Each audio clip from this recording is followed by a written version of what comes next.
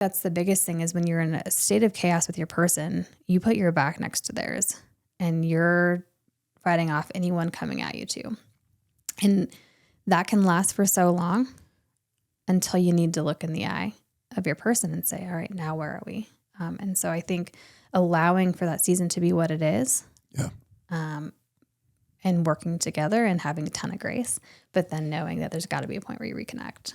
Hey, everybody. I'm here today with Alyssa Wells, local Northern Colorado entrepreneur, mom, and leader in the community. We're going to talk about her journey through marriage, through faith, through business, all the chaos and curveballs that came along the way, and what she's learned from it. Check it out. Alyssa Wells. Hello. Welcome to the show. Thank you for having me. Super excited to be here. Yeah, this is great. So this is your first podcast. This is my first podcast. Are you pumped? What were you feeling coming into this? I'm excited. I think any time you do something out of your comfort zone, there's a lot of emotion, but you don't get better at anything unless you practice. So I'm excited, but yeah, I'm a little nervous.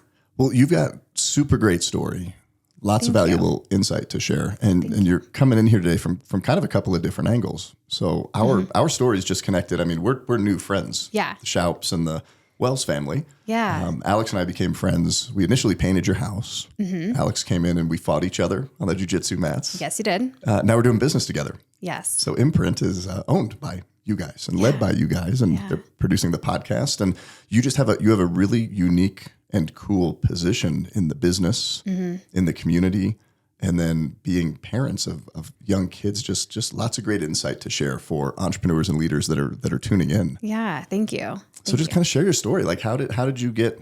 Joey just called you Queen Wells. First time you've been titled that. Yeah, right? I'm into it.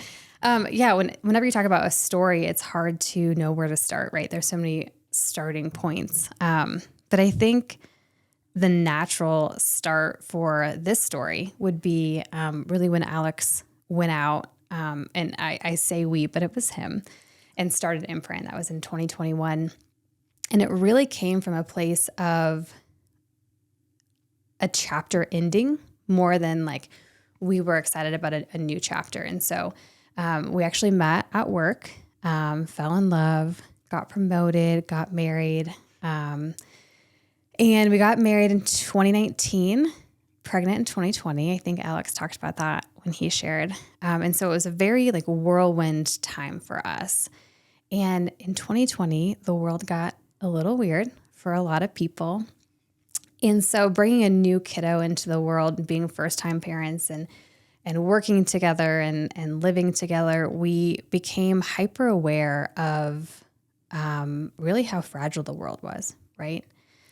And specifically working together, that was a vulnerable position because if something happens with one of us, it kind of happens to both, just the nature of that. So in 2021, we both kind of felt that there's an ending of a chapter. We didn't really know what the next step was. And through a series of events, we both jumped without a plan, without a parachute, so to speak. And that's really when Imprint started. And I think that's really the catalyst for a lot of our story beginning was free falling in 2021. So when did you meet? So you're married in 19, but how long were you dating leading up to that? I'm going to get this wrong. Alex That's is okay. so good at dates. I believe it was January of 2016, I think. We just celebrated 8 years. So whatever that is. Just add an ish and you're fine. An ish. So we were together for a while before we decided to get married. And actually it's kind of a funny story, but when we were serious and I could tell he was going to ask the question, I had so many friends getting engaged that year that I specifically remember looking at him and being like, Alex, can you please not propose this year? Because there's so many weddings happening. And, it was just overwhelming. And he looked at me and said, I'm not going to put my life on hold because other people would make that decision. So it was a crazy year of weddings. But 2018, we got married.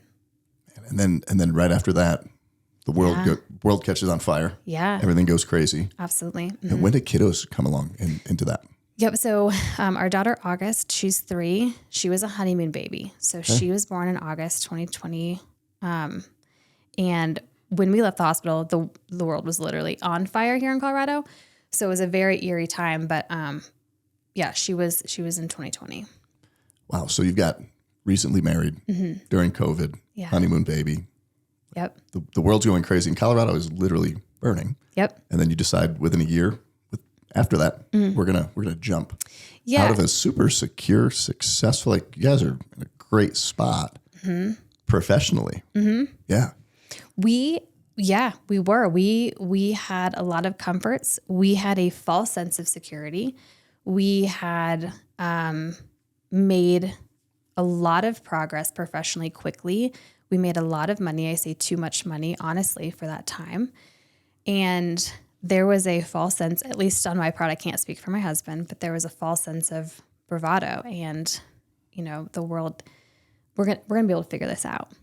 And it's funny, the pride comes right before the fall. We know this. And I think until you experience it, you don't fully know the impact of that. So we did leave a very secure space. And I want to say it was our decision, but I don't think hindsight really was. I think it was the Lord saying, we're going to go on a different path, and it's going to be a little uncomfortable. Now, was God part of that conversation at the time? Because we'll get into for you now, right? We'll talk about that in your journey there. But looking back, was he really involved in the conversation, or was it more like you guys resting on your own sense of things? Yeah, and I like I said, I want to speak for me, but my husband's very smart and I'm very smart, and we were successful very young. So we got it. So no, the Lord wasn't directly involved, but he never left us in that moment of ignorance. So the pride part, right? Talk about, so what's that fall, or what's that moment of kind of that wake up of, because you had some things go down after that. Yeah. And I think we genuinely decided to take a step in a different direction from a good place.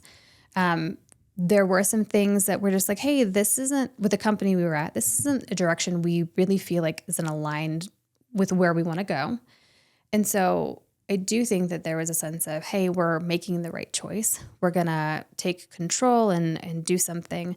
But like I said, there really wasn't a parachute for us. I was offered a job while I was still there to be a VP of marketing at another company. And upon joining that company, a few other decisions were made, and Alex decided to take a part-time job as a CMO at a company out of Chicago. So it was an asset-backed cryptocurrency. So again, in our heads, we're like, okay, I've got a VP position. He's got this sexy startup in crypto. We're good. And within 6 weeks of me taking that first job, I had left. And it was clear just misalignment with their goals and what they were doing, what they needed at that time, and then where I was at. So that was the first, okay, parachute didn't quite, operate the way that it was supposed to. What's going on? Yeah. We're free falling still. And then, so while Alex left, he took that part-time position out of Chicago. He had a lot of people reach out saying, hey, can you still do some marketing for me? And he was like, well, that's not really where I see my career going, but sure. Right. So he started Imprint truly to help a few people who were reaching out. And, I'll share this. It was a really difficult season for our marriage because we had no sustainable income. That job that I took didn't pan out. And I worked at that last company for 9 years. So I built a lot of my identity around performing, producing, income, status, gross things, not stable things, not bad things, but just not what you want. And so there was a season of peeling back for me of, okay, well, who are you without all these things? And it was painful. And while that was happening, Alex is trying to figure out, okay, how is this plane going to stabilize? That's just a little bit about kind of that jump, and then the different pieces that we were stabilizing as we were going through that. And you mentioned just trying to strip back and kind of learn your identity. So what did you learn in that time? And where did you see those questions start to come up, or maybe start questioning your identity?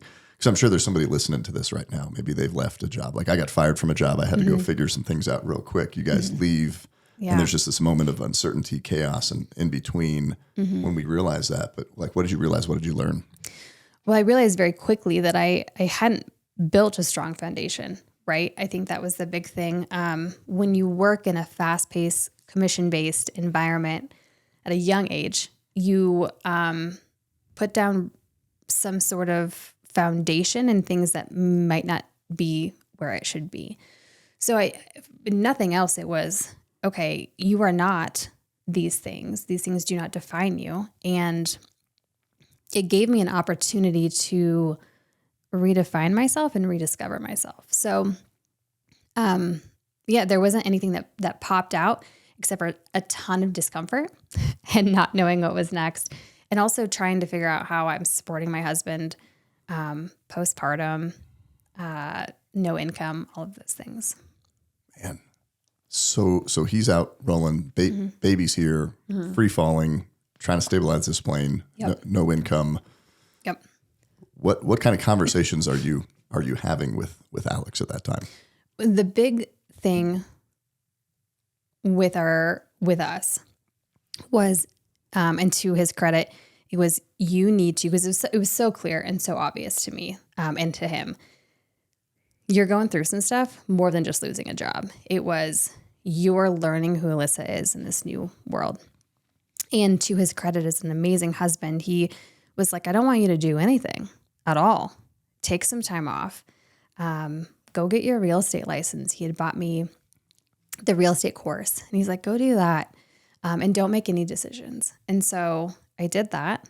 And it was a very freeing, yet still uncomfortable position, because I need a label. I need something to define who I am and what my value is in this new world. And I didn't have that. And you're a doer too. I think I remember from couples night, because you guys were out couples connection night, and you always need to be doing something. I'm a driver. I'm a high I, high D. So I am like, we need to be heading somewhere. I need to know where it is. And I'm going to figure out how to get there very quickly. So that is my default. Yeah. And then being in a place where there's permission and space to not do that. I get super restless. Were you just always constantly restless during that time? Yeah, absolutely. Yep. And it was, how do I get through the real estate course as quickly as possible? And then how do I pass? And you've taken that test. It's one, very silly. And two, it has a very high failure rate. Yes. Because I think it's kind of silly. But it was that. And then it was immediately interviewing with brokerages, because that's what you do. You can't operate without a brokerage. And at that time, it was very cool. I happened to have a conversation over coffee with someone that said, hey, you should meet my managing broker. And so I did that. This is in January of 2022. Yes. And he was like, I'm actually looking to start a team. And because real estate, that doesn't happen very often with the managing broker. And the way he structured it was, you get a consistent paycheck and you get flexible hours, and we're splitting things. And so you had some security, you had some kind of base salary, and then some splits on whatever you brought home on the deals. Nice. And working with someone who has been in the industry for so long and has guaranteed business and has an amazing reputation. So it went from the season of discomfort to, I'm going to go down this lane, and then, okay, now I know what I'm going to do. I'm going to be a real estate agent, and I'm on a team with the managing broker who is amazing. And so in a lot of ways, it was replacing one thing for another. And whenever you miss the point with God, he's going to just find a different way to show you what you're missing. And did you go from one thing to the other too fast and not hang out in that space? I hung out a lot in that space this year, and I've talked a lot openly with Alex and just friends and even on the podcast. And Emily's like, just chill right there. Please don't add anything else right now. Prune some things, get rid of some things. Did you jump too fast though? Oh, I'm sure I did. Yeah. I don't know how to necessarily answer that, because we didn't have a lot of time.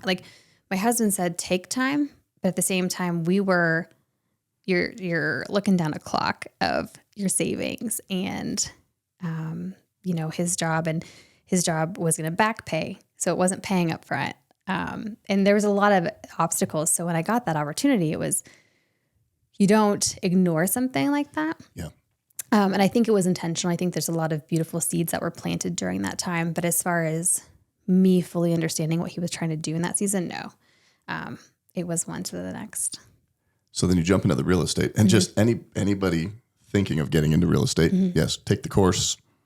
I got through it pretty fast. I passed the test the first time. Some people take 10 times. Yep. It has nothing to do with anything you will ever do in the real estate business. So as you're reading this, studying this, passing, failing, whatever, you'll probably never see it again. It doesn't matter.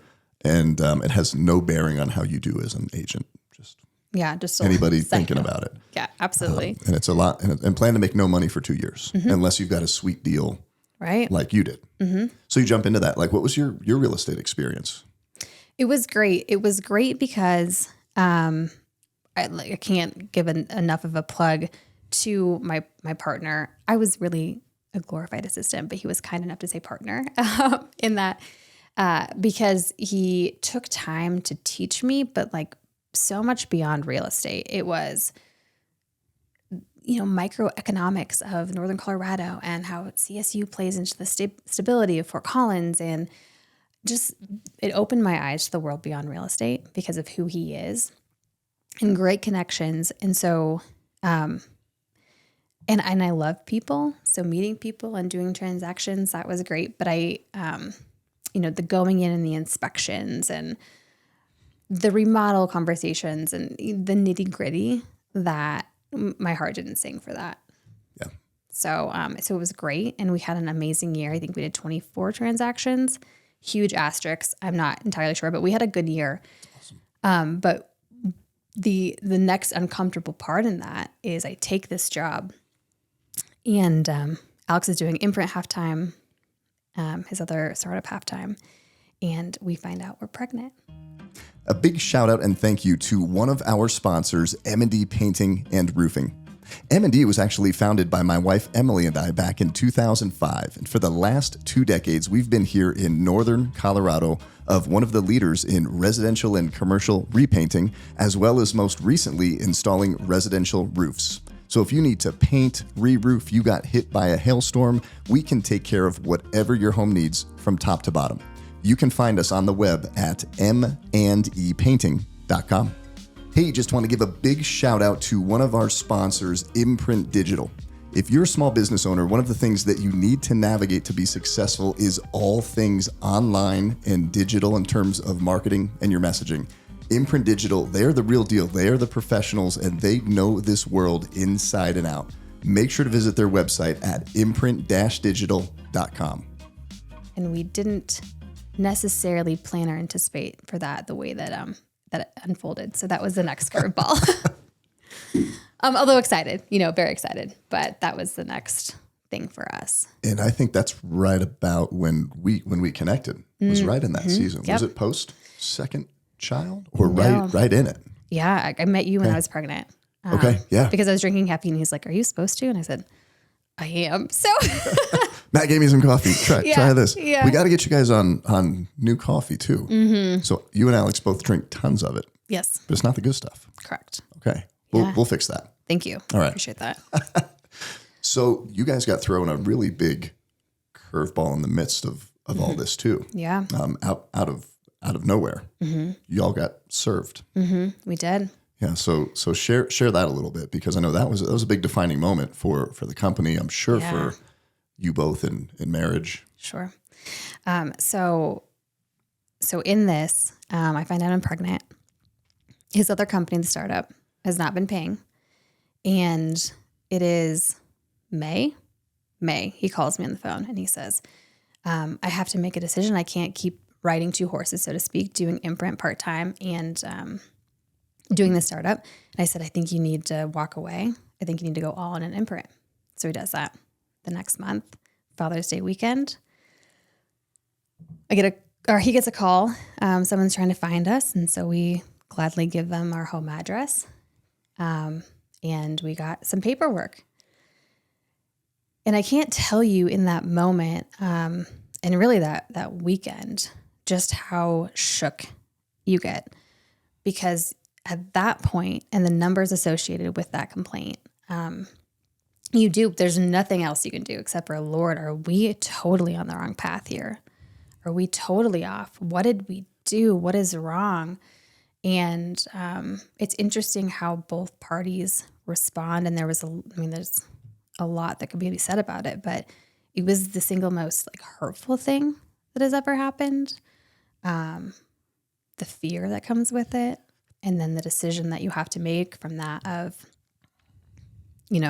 just going back, like it was hurtful because we were served by people that we loved and cared about and spent years of our lives with, without a conversation, without an email, without previous, hey, I've got an issue. Can we talk about this? Have a coffee, have a meal. It was no conversation. And then boom, a lawsuit. We're suing you for lots of dollars, like dollars that could break you guys. Yeah. And I think that was the hardest part, is like, oh, we know you, right? And if you thought we were doing anything, why couldn't there be that conversation? It wasn't even a cease and desist. It was a lawsuit. So that's the first thing. And then you had to figure out this whole world of lawsuits. Yeah. And the person that called you was a process server hired by the sheriff, or was the sheriff. Yeah. You got to respond and go to the courthouse. and it was so, I'm grateful throughout this whole journey. My dad and my mom were there for us huge, not in financial. I think a lot of people just with the dynamics, they're like, oh, they've got financial support, and there was never any of that, but there was always, they would drop to come talk to us.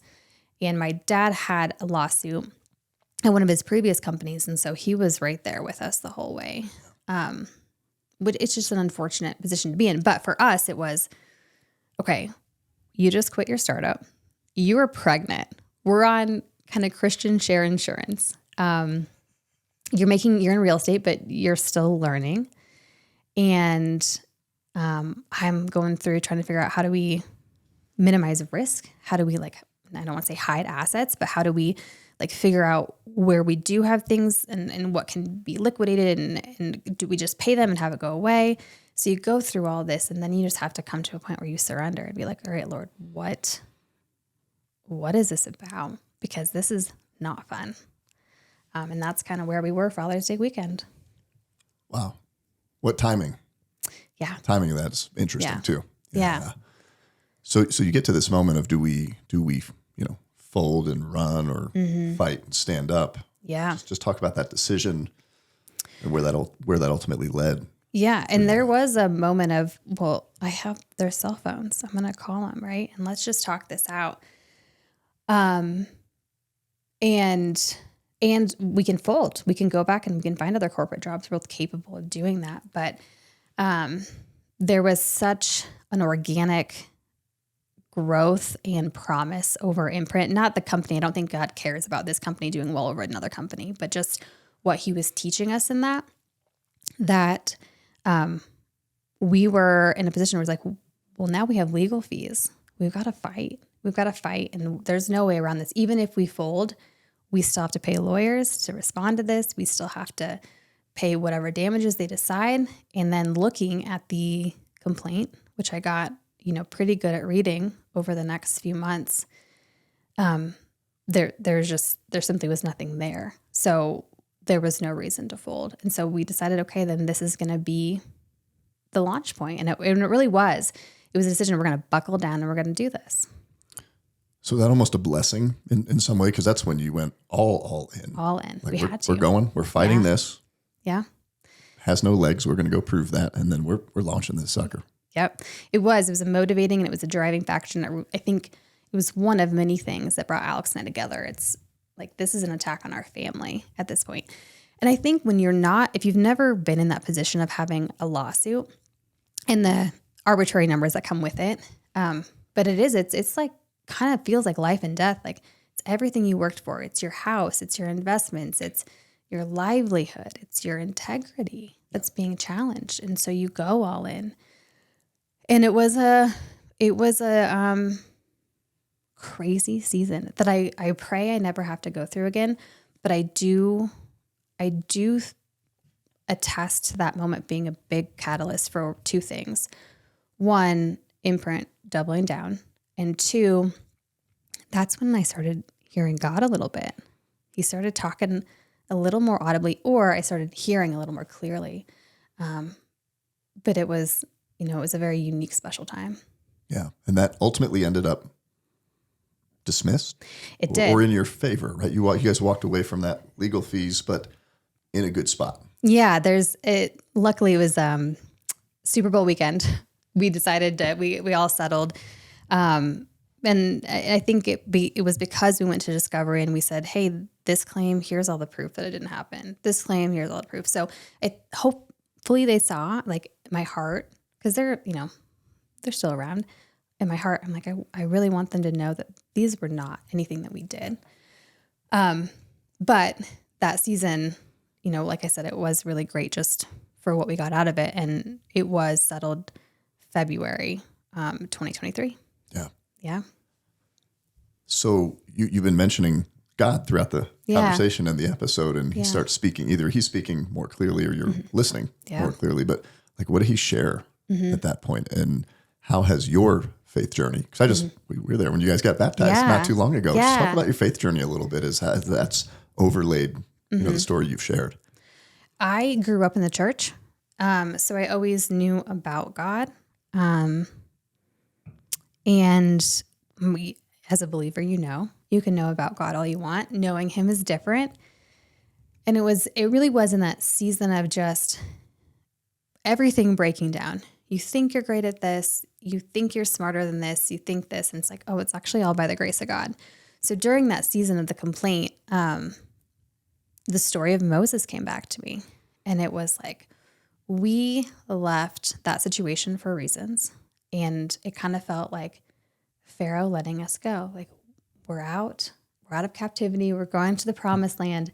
And then Pharaoh coming back and coming up against the Red Sea. And that was not how my normal thought processes would be, right? Like for that story to jump into my head. And so it's like, okay, Lord, like we were living some biblical shit right now. Sorry. I love that. Biblical shit. Yeah. And so I think it was just in that moment that it's like, hey, everything that's been written in the Old and New Testament, like those are living stories. And as you know, being a fan and a connoisseur of stories, they're powerful. Yeah. And so it was when the word started applying to my life, and it was when every moment I had, it was like, what are you doing now? What am I supposed to take from this? Like, how do I trust you more? That faith grew, that mustard seed started to grow. Yeah. So that was the start of it. And then we also found a church this year, and by this I mean 2023, where we had tried churches. And because I had grown up in the church, there's always church hurt that happens because we're people and people hurt people sometimes. But we found a church that we really liked, and it was just through kind of multiple obstacles. And, the birth of my son was one of them that we really, I think, together surrendered and said, all right, Lord, our story is not your story. Like, what do you want to do? And that was part of it. Yeah. So what made you decide to make that public and be baptized? Yeah. Well,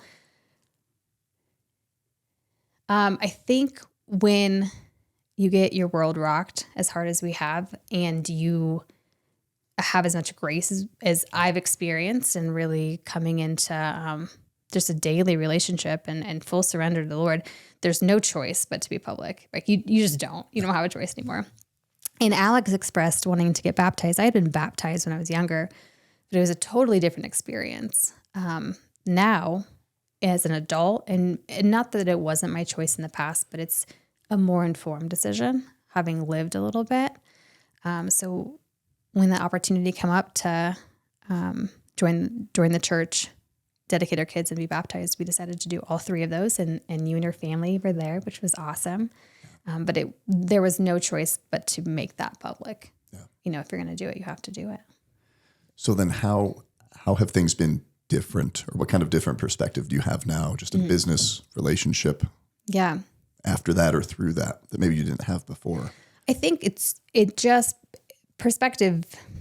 It puts everything in perspective. I love when Joey was on the podcast, he talked about frames. And I think that that's a really powerful concept because it puts everything in a totally different frame. At the end of the day, whether our business fails or succeeds, it's not the point, right? It's all glory to God. Yeah. It's all knowing him more. It's all surrendering. It's all the sanctification. It's all just becoming more in line with what he has for you. And then hopefully being a good example and having others know him. But it's an ongoing process, but it really takes, I think, the pressure and the sting of a daily, like the day-to-day off, because there's a larger frame and there's a larger vision. There's a larger why. Yeah. And so I think that that's been helpful. And then just having difficult conversations with your spouse. I mean, we're still very much newlywed, especially considering how our first few years have gone. And so when we have the then ability to say, hey, this is like what I'm learning about me through Christ, how do we then apply that and fill that into our marriage? And so it's given us a lot of freedom and a lot of work to do as well. Yeah. And as I'm listening to you share everything, you mentioned at a couple different points, this chaos happened, this turning point happened, and we became closer. You and Alex, we became closer. God brought us closer. Yep. So you guys have been married about 5 years, right? And it's just been chaos, roller coaster. Yep. Biblical shit show. Biblical shit show. Yep. And just talk about that. So new married couple going through that. Emily's been on the show. We've opened up and shared about our marriage, and those are fun episodes. But what would you just share with a new couple that's looking to make a transition, or just did, or they jumped, maybe not even professionally, but just jumped into something or thrown into something, no parachute, and it's just crazy. Like, give some practical things that, looking back, that you guys did or just would advise. Yeah, I think there's a lot of triage that happens when you're in a situation of that, like that. It's literally, what are the basic needs that need to be met? How do you divide and conquer? And how do you have grace for all the things that don't get done, or the conversations that don't go right, or the comments that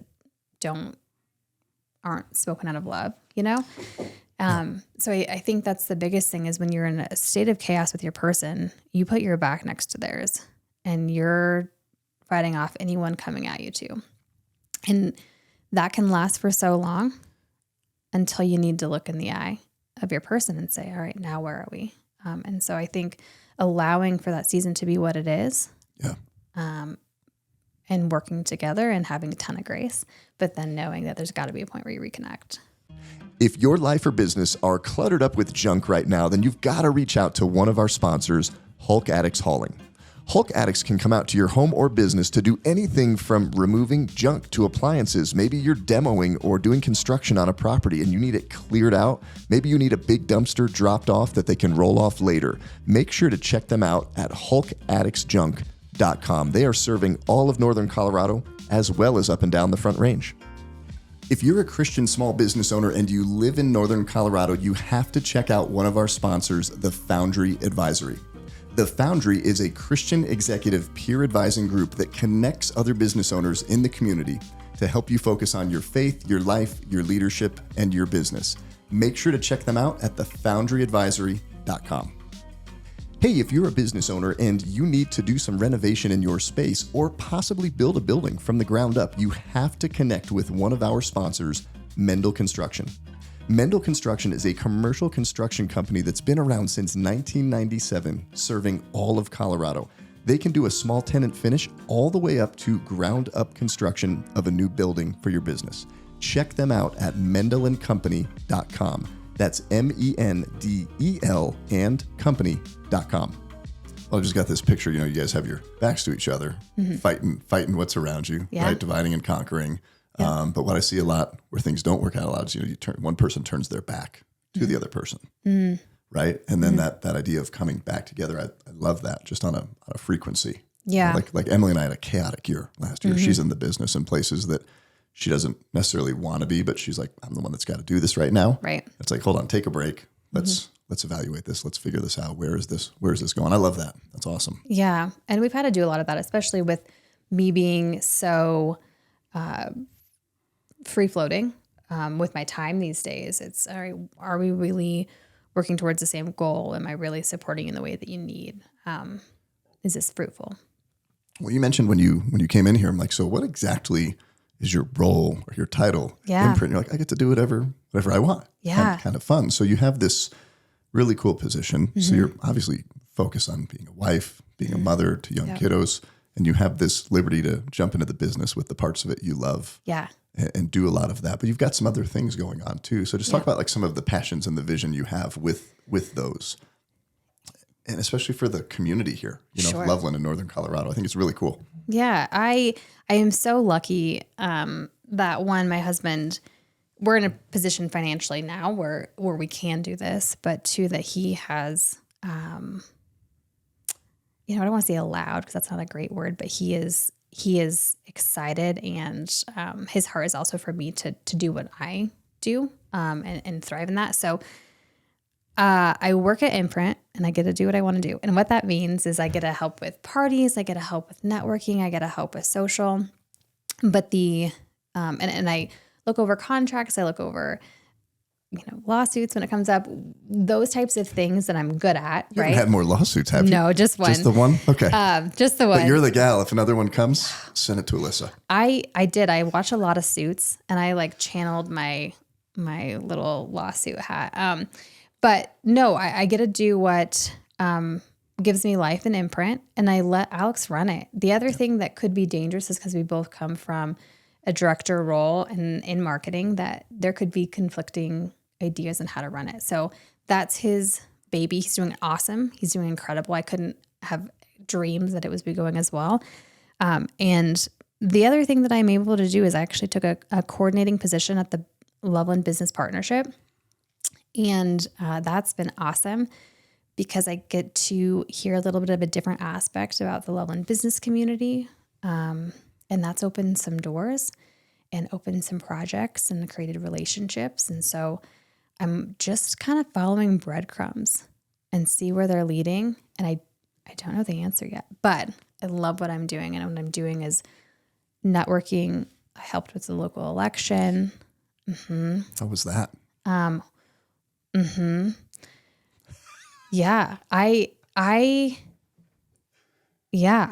do I even start this? I got to help with the local election. It was actually great. It was a very random of circumstances where Zeke Cortez, he was on the podcast. Yeah, he was just on. Yeah. I love the episode. He is a client of ours, and he is a catering company. So he was catering one of our Imprint events. He mentioned he was running for city council. I was like, that sounds cool. Let me know how I could help. At the same time, I was approached by another policy issue here in Loveland, and they said, can you help? And I said, yes. So I got to work on two different elements of a local campaign. One was a person, a candidate, and one was a policy issue. And it was a lot of fun. And it was really kind of sad too, seeing how people operate in that space. How they behave. Yeah. Mm-hmm. Zeke talked a little bit about that, a little bit on the show, a little bit off of the show. Yep. Doesn't increase your faith in humanity much when you see that, or make you question it? It made me sad, and it made me angry. And I can see why politics are so polarizing, because it wasn't just, I disagree with you. I've been labeled crazy eyes. I've been accused of having an affair.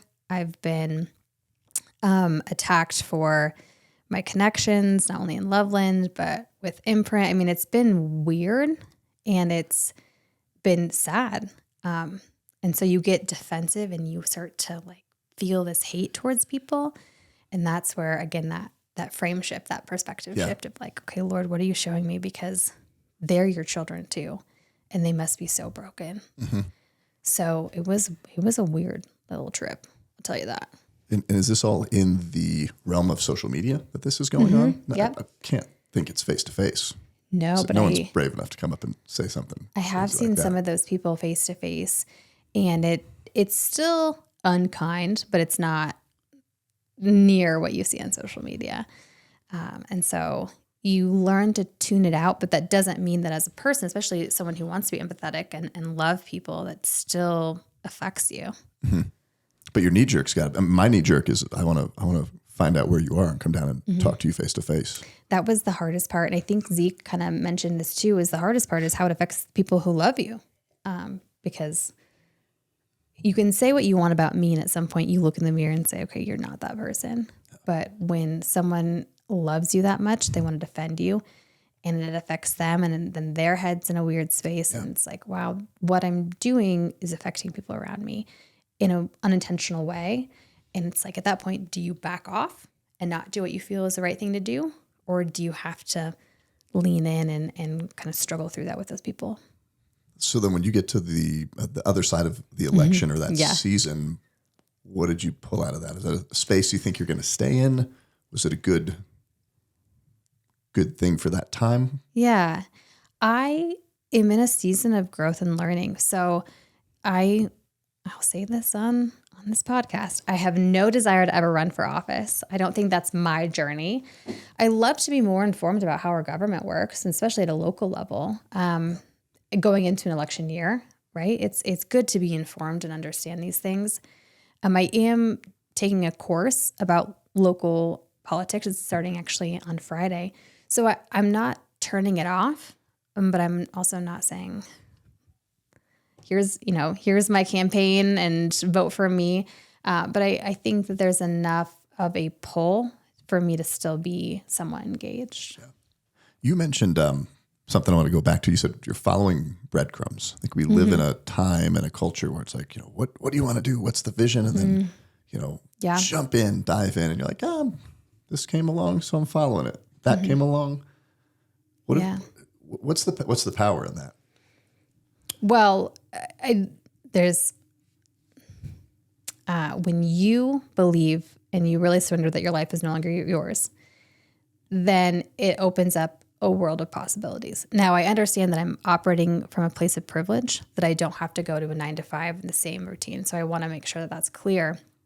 But at the same time, none of us really have any control, newsflash, and following those and being obedient and surrendering your idea of this, or pursuing something that makes you uncomfortable, or being on a podcast and you don't know what you're supposed to say. There's a lot of power in that. And so I think that's what I'm in a season. I've watched my dad. He's a serial entrepreneur. He's had really cool business stories. Yeah. And when I say, hey, what's the secret? He said, you just listen. You listen and you see where God has you go. And Alex is doing his thing. And I don't think I'm like you, where I have a million ideas before breakfast, but I've got like 10 good ones before lunch. Right. So kind of making sure that it's all cultivating and then just seeing what happens. I think that's kind of what makes life beautiful. Yeah. Yeah. And I get a lot before breakfast. Yeah. And I think we're both wired the same. Like we both get a lot of ideas, probably more than people that can handle if you put them all out there. Yeah. And I'll get questioned for this sometimes. I had a real estate client. They decided they didn't want to do business with me anymore because I'm doing too many things. I'm doing the podcast. I'm like, podcast makes your life better. We brought somebody on here to talk about real estate. So, I looked at that. I'm like, does doing too many things dilute you in a certain way? But I mean, I love how exploring down those options and how they all tie together. It's super beautiful. Right. Yeah.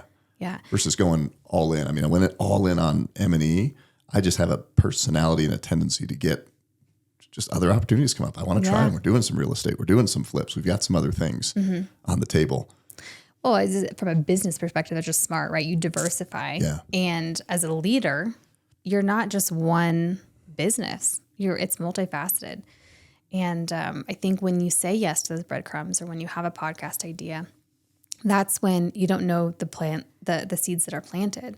What conversations do you have that pour into you or pour into someone else? And that's your whole mission. So I think there's power in saying yes to the right things. Yeah. So a question, something I've been thinking about, because I remember, and Emily and I talked about this on the podcast, but just her journey as a mom. And so she's a mom, young kids, going through chaos, a lot of life happening, married to an entrepreneur, and you're both entrepreneurial wired. Emily and I are a little bit opposite, but just what advice, insight for, young moms with kids, that have a business going on, whether they're involved in it or not? Just what would be some things you would share with them? Because that's an interesting place to be. And I know it was for Emily. Yeah. And she worked through and, struggled through certain things that we've talked about. So like, what would you share? Well, I think that I really am figuring it out. I have an amazing support system. My mom, she put her career on hold and she raised her kids. And I think that both my mom, my dad, and my husband, who are my biggest support systems, they watched me and they said, wow, you're a good mom, but you also have this other part of you and they both need to be fed. And so what I would say first, before I even got there, taking a step back, March of 2023, Alex told me to quit real estate again. He said, you need to take a step back. And that was it's your decision, but, and I was like, okay, this is a real thing. So, I took a step back and I had to, again, sit in that uncomfortable spot, like I was telling you about of, okay, what am I now? Am I a stay-at-home mom? Yeah. Am I going to be a crunchy mom? Am I going to make all of my food organic? Like, do I homeschool? And I really went through that. And I would have never said that I'd homeschool my kids. And during that time, the Lord revealed the beauty of homeschooling your kids. I don't know if we'll do that or not, but I think it was, again, breaking down of the ideas that I had. And so all that to be said, I would say if you're a new mom, first of all, kudos. It's a lot of work. Yeah. Even giving birth. I mean, postpartum is real. Anxiety, the load of mentally of taking care of kiddos. I would give yourself a ton of grace and I would give yourself a huge window to explore what fuels you, whether that's you going to a 9-to-5, whether that's you taking a step back, finding passion projects. I think it's just really important to not lose who you are in that. And that looks different for different people, but your support system as a mom is so important. And I couldn't do it without the one I have. So. And at least what we experienced, and I know Emily sharing some of her friends that are moms, that there's not really a right answer. She decided, hey, I'm going to stay home and this is what I'm going to do. Yep. Another mom said, hey, I need to go work. I need to be in business. So I don't think there's a right or wrong. Right. It's got to work. Got to work for the family.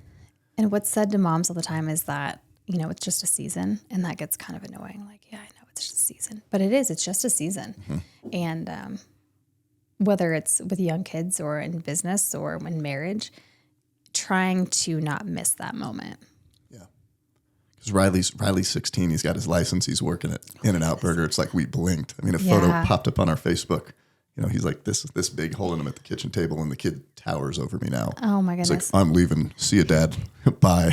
Oh my gosh, I know, it's crazy. And it's super fast. Yeah. So we're in a season where we're like, what are the next, like our next 5 years? There's going to be some transition points, and that's super interesting too. Mm-hmm. So I think we've just learned to always, as busy as the kids keep us, we've got to have time. Yeah. And we've got to put ourselves and our relationship is more important because that's been huge. Yeah. Man, what else would you like to share? Like we're almost wrapping up here. Oh my gosh. Well, this awesome first podcast, by the way. Thank you. Really you. awesome job. So much value. This has been fun. Thank you for having me. I didn't come in with an agenda. I think the one thing that I want to say to anyone is, one, it's never too late to kind of do a rebrand. I feel like I've gone through a nice little rebrand. And it's been, given to me, so to speak, but it's never too late to do a rebrand. It's never too late to walk away from something that doesn't feel right for you in that moment. And I really am. I'm an open book. So I've shared more stories than we were able to cover today. And whether it's a podcast or social media, I think there's power in vulnerability and connecting. And I'm just here for anyone who wants to talk through any of the situations they're going through, because I've personally found value in that and been healed by hearing other people going through whatever life is going for them. Yeah. And you mentioned a great point of in transition, when, whether a rug gets pulled out from under you, you make a jump. It's like, who was I in this and who am I now? And like, where was I placing my identity, my confidence, my certainty? Okay, now that's gone. Now that's shaken. Now that might all get taken away in a lawsuit. So like, where Right. Where's God in this? And he's consistent and he's there throughout that the whole time. Yeah. That was a big thing that really hit me. Yeah. And then I think for women, I'm not a woman. I don't know what this is like, right. But postpartum is real. You Yep. know, when we had Riley and Emily's talked about this so I have her permission to share. She was not feeling herself, and Norma was like, what's going on? And we didn't know. It wasn't until a couple months after he was born that another mom had said, hey, did you know this is a thing? This is real. Go check that out. And then boom, figured it out. We were more prepared when Haley came along, our second child, but that's a real thing. Yep, absolutely. Yeah. And I think there's power in women sharing that story. And I always hesitate, and especially, birth is a whole different journey, and my birthing experience I'll always share with people, but you never want to scare someone either. But postpartum for me, I was grateful to know that later that I had postpartum OCD. Have you heard of this? No, I've heard of postpartum anxiety depression, but OCD. Yeah, it's a form of anxiety where you're obsessive compulsive. And so with Austin, I would count his eyelashes ad nauseum over and over. Wow. And we got the little weight, and I would weigh him like every 30 minutes to make sure he was gaining weight. And it was when I discovered that, hey, this is a thing, and it doesn't have to control you or define you, but just so you understand that it'll pass, and it gave language to it, Yeah. But I think that's in this society, I don't want to give anyone advice, but it's okay if those things happen. It's going to pass. It's for a season, but that's another unique challenge about life and giving life. And so just normalizing some of those things. And how did you find that out? Well, I used what we call Google. I insistently, I was trying to figure it out, and I confirmed with my midwives that that's what it was, but it was just a random rare thing of the anxiety portion of it. And it passed. And luckily my family was kind of prepared and walked me through it, but hormones are crazy. And when you think about all that your body goes through to give life, you have to have some grace, but it's a confusing, foggy time. So, a lot's that unless you go through it, you just don't know. Yeah. Just everything's out of whack in lots of different capacities. Yeah. Well, thank you so much for coming on. Yeah. This is great. Wrap up the podcast same way with every guest. You grab your favorite color off of the wall, and you've got the statement you're going to leave with the world when you leave. Yeah. This is just a statement that it's actually from a worship song, and it's really stuck with my heart. So I wanted to just, kind of have this be what it is for right now. And it says, if all creation sings your praises, so will I. Love it. Yeah. Alyssa Wells. Thank you so much. I appreciate it. Thank you. Hey, thanks for tuning into this week's episode. Would you make sure to please like, comment, and subscribe to the channel here? And please share this episode with somebody whose life it will make better. Hey, if you're a faith-based father and you have a son who is entering into adolescence and manhood, you've got to check out an experience that we have June 2024. It is the Father-Son Hike of a Lifetime on the Camino de Santiago in Spain. I'm going to be taking a group of men and their sons over to Spain to hike some of the most beautiful scenery through northern Spain on the Camino de Santiago. We're going to hike 6 days, 70 miles, 200,000 steps, and have completely disconnected, unplugged, uninterrupted time with our sons. We are going to grow and bond and deepen our relationships with our sons through some very intentionally curated adventures, challenges, and experiences. And we're going to do so in the company of other faith-based men who have the same desire to grow and deepen their story with their son. If you're interested in this adventure with us, go to mattshoup.com, click the Go to Spain button, and check out the Father-Son Hike of a Lifetime.